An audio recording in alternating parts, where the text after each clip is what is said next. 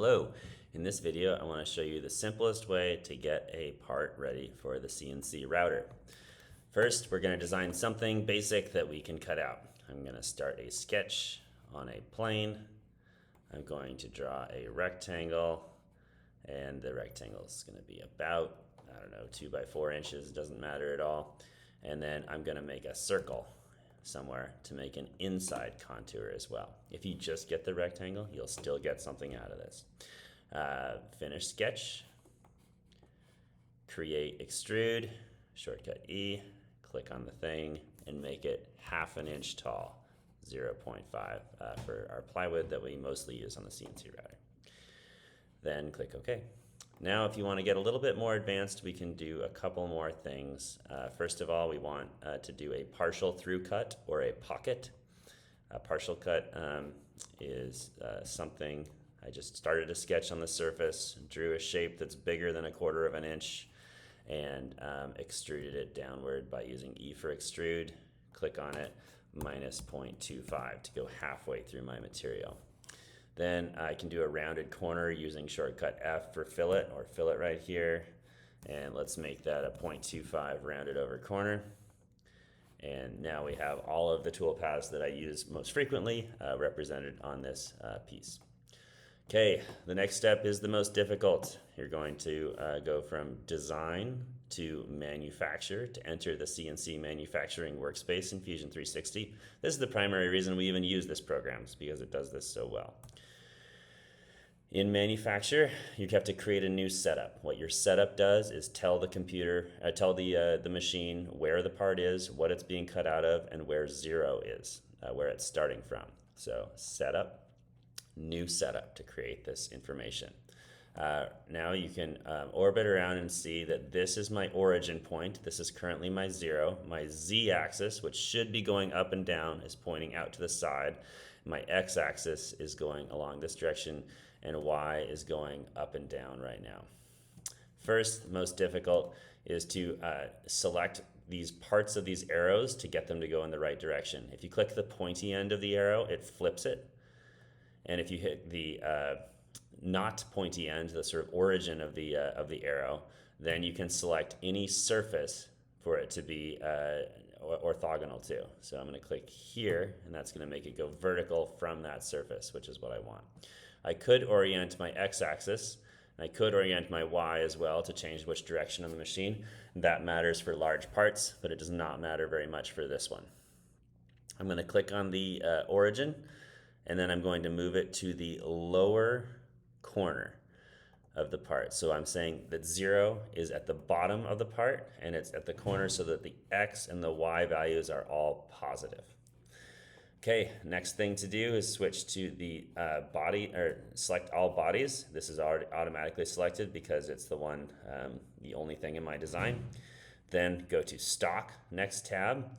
And we need to say that the piece of material we're cutting it out of has a certain size. I usually make the piece a relative size box, and I add a side offset of 1 inch and a top offset of 0, so that we're cutting it out of a 1/2 inch sheet of plywood, and there's an extra inch all the way around the part that we have to work with. Then it'll read out your dimensions. It says 6.5 about here, and it says about 4 here. So 6.5x, 4y, and I remember those. Now I click, you gotta make sure your Z height matches the material. Otherwise, there's some problem with your parts. Click OK, and then click on your setup to rename it. I'm gonna call this 6.5x, and I believe it was 4y. That way I know that's the size of material I need to cut it out of. Now it's time to steal all of your resources that you need to finish this. It's very complicated to write your own toolpaths, so I ask you to steal mine so that I know they're going to be used safely and effectively on the machine.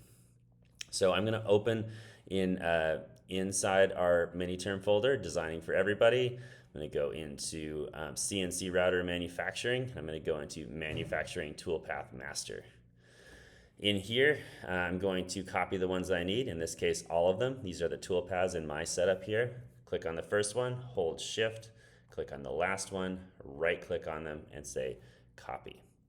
Then we're going to go back to your file that you're working on, right click on your setup and paste.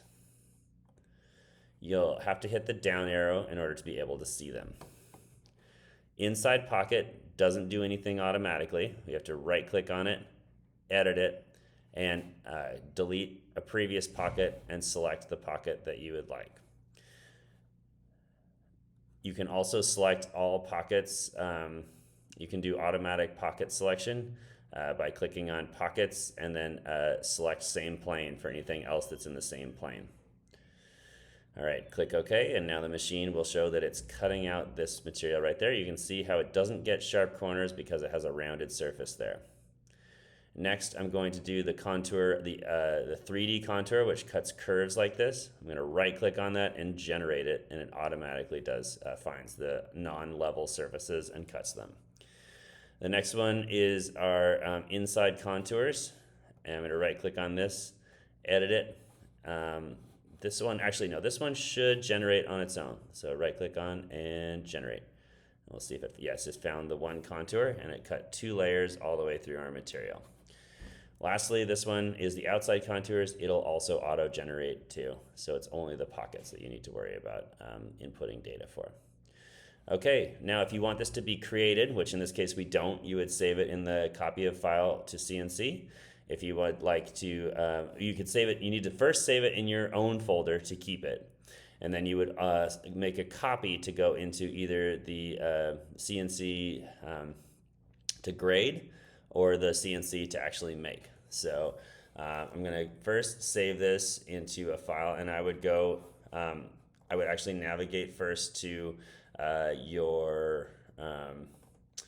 to like my example one, or you would go to your own folder, and I would save it there. So this is now saved in Blake's examples. Oh, I shouldn't have called it untitled. That was a mistake. Now I'm going to go to File.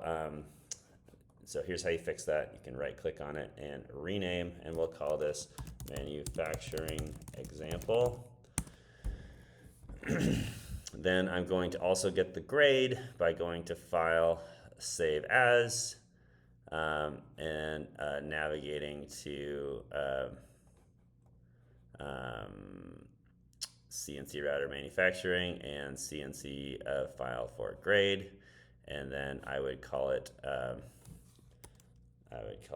my name. Oops, something happened.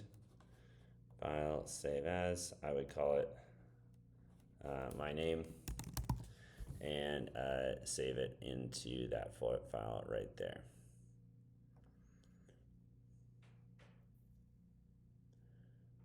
Alrighty, that's it for CNC manufacturing for today.